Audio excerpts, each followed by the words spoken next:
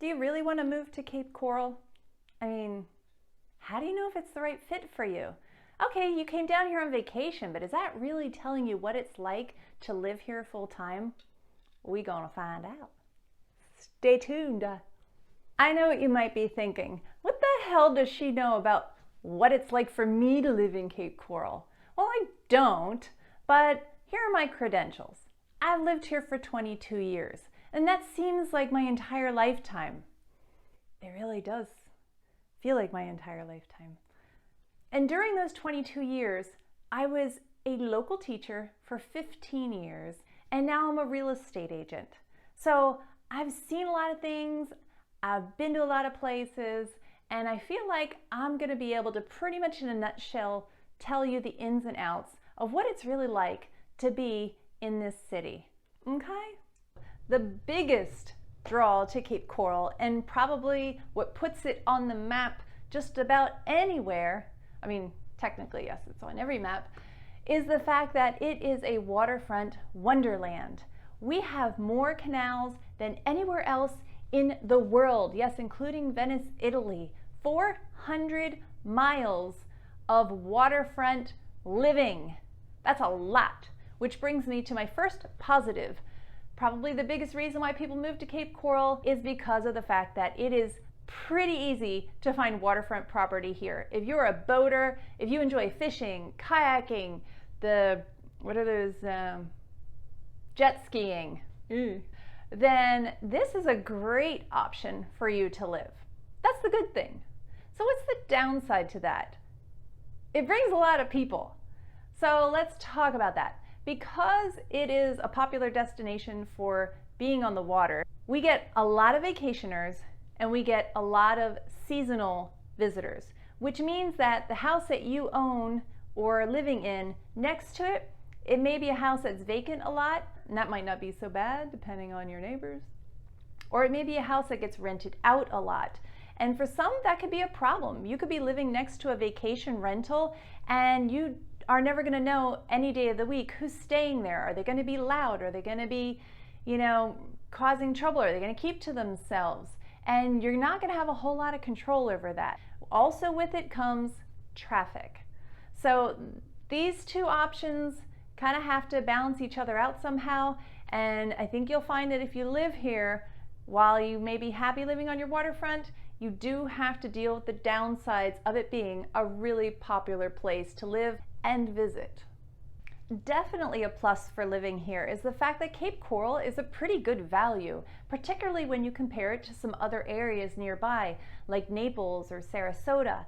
And when you look at the fact that you have the opportunity to buy houses that are still at a reasonable price, I mean, all things being equal market to market, it does give a lot of options for people that are looking to move here. I mean, we have the multi-million-dollar homes, and we also have very budget-friendly homes as well. Piggyback on top of that, the fact that there's no state income tax really can make it a tempting place to live and work.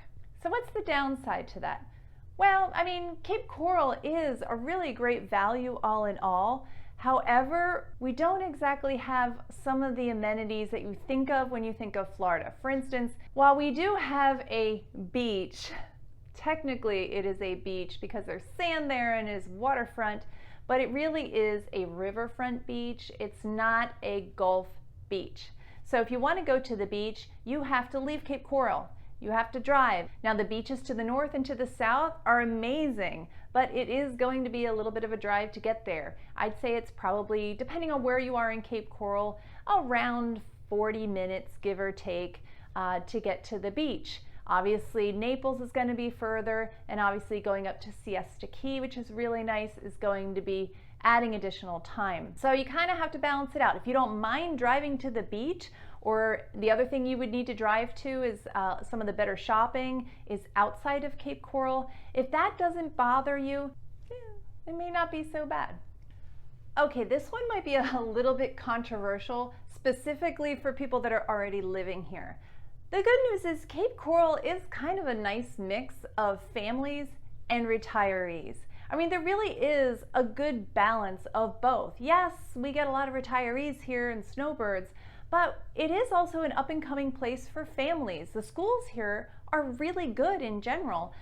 However, when it comes to local government, let's just say we don't always have the youngest folks on the block. And because of that, sometimes decisions seem to be made in a slant toward retirees. So while we do have a lot of families here, it does seem like the town at times can be a little resistant to wanting to incorporate more things that would involve kids. Now, we do have some great venues such as Sunsplash, which is our city-run outdoor water park, and it's a lot of fun for kids and for adults as well. But I think Cape Coral could use some more kid-friendly and some more outdoor things designed specifically for kids. I particularly would really like to see that. We have great schools, so I think we should do a little bit more to balance that out. Now, if you're a retiree, you may not care too much about that. So it is definitely sometimes a hot topic, particularly when it comes to local government and decision making. So I do have to brag on our city. Cape Coral is notoriously a very safe city to live. And that's really good news. I mean, who doesn't want to live in a safe city? So what could be the downside to that? Wait, good question. I just forgot what the downside is. It's not easy finding a downside. Oh, I remember now. So the downside to that is people still have to complain about something. So because we don't have a lot of, serious crime here, a lot of people will consider it to be a crime if you break any of the little small ordinances or any of the codes. We have a pretty strict code enforcement here in Cape Coral, which for a lot of people, they see that as a good thing because it keeps Cape Coral looking kind of tip-top, or as tip-top as it's looking. But you can get some of those nitpicky people, we'll call them, that will call code enforcement on you for every little thing. And there are certain things you can't do here. So like for instance, you're not allowed to park your RV in your driveway. You're not allowed to park a boat in your driveway. You can paint your house any damn color you want. And I did see a house that was literally painted vertical stripes like a circus tent once. That will piss off your neighbors, which kind of could be the downside, because you could have a neighbor that will do that and there's not a damn thing you can do about it. Deal with it. But you can call code enforcement for all of the other millions of things, and people do. So don't be surprised if code enforcement knocks on your door and says, hey, your sprinklers were on yesterday and they're not allowed to be, and you're just, maybe you didn't even realize, maybe something happened and they tripped. So just know that is, it's a reality here. If you're moving down here and you're gonna have to work. You're gonna have to work. I didn't mean to make it sound like that. You might actually really love your job. But if you are still in the employment realm, then you do want to consider whether or not Cape Coral is going to be right for you. So the good news is, in the era of working from home, it's a great option. Also, if you're in any kind of tourist industry or in any kind of service industry, if you're a teacher, if you're in healthcare, if you're a real estate agent, this is a really great option because those jobs are often in demand here, and you won't, well, maybe not being a realtor. We're everywhere. Actually, if you're a realtor, don't move here. We already have too many. But it's a good option, and since it's fairly affordable, you won't have likely a difficult time finding a job if you're in one of those areas. The downside is if you aren't in a type of employment where you work from home and you're really not in a services industry or healthcare industry, you may find it a little bit of a challenge to find employment. Cape Coral is not exactly the industrial hub. Okay, we are not Silicon Valley. So if your type of work involves technology or certain industries, it just may not be a lot here for you to find. So plan ahead for that. Now, if you're transferring to a job here, you're good to go. And I know a great realtor. So I'm adding this last one in, not specifically because it has anything to do with Cape Coral, because it actually doesn't, but it is something that gets mentioned to me at least. And that is, if we move here, am I going to have to deal with hurricanes all the time? And the answer is, I don't know. I mean, actually, not really. I've lived here, like I said, 22 years. The worst hurricane that I experienced was Charley. The second worst was Irma. Both times I was lucky we didn't really have any damage. So to me, they're not really a big deal. And most houses down here now, especially if you have a newer home for sure, they're going to have storm protection. They may either have impact windows and doors, but you don't need to put any shutters up at all. The windows and doors are designed to withstand hurricane force storms. Or you may have the shutters that you can put up, or roll down shutters, or accordion shutters. You're going to learn all the classifications of shutters when you're down here.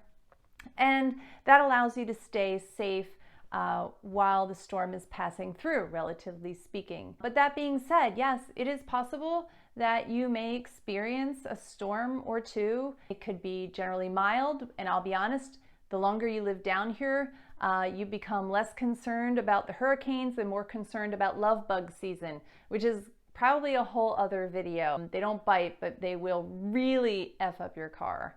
So in any case, what's the good side to that? Well, I mean, I don't know. There's a weird part of me that kind of enjoys, you know, hurricane season. Not in a way that I don't want any damage, but it's like I'm from up north and I used to love snow days when I was a kid. So, I mean, it's a little bit exciting and you kind of get used to seeing Jim Cantore being in your area. But it's just part of living here. So the good news is, I guess, that while it is a reality that it's something you're going to have to deal with, there are a lot of precautions that you can take, and people do, and everybody kind of comes together. I can tell you that when I lived here during Charley, Hurricane Charley, while it was a pretty devastating hurricane for parts of Southwest Florida, at the same time, I never saw so much care from people and that brotherly love come out for everyone in the area. And it was really, really nice to see. So, you know, I guess with every cloud, there's a silver lining. So to tie this up with a bow, all in all, Cape Coral really is kind of a great place to live. I hate to think that my judgment is so bad that I would keep living here if it was awful. I mean, do I think about other places that would be fun and exciting to live? Absolutely. I'm not dead yet. But this isn't a bad place. It's actually a pretty good place. And in a lot of ways, it is getting better and better. Do we have room for improvement? Yeah. Could we use one more helicopter for mosquito control? Probably. Maybe we'll get it. See you next time.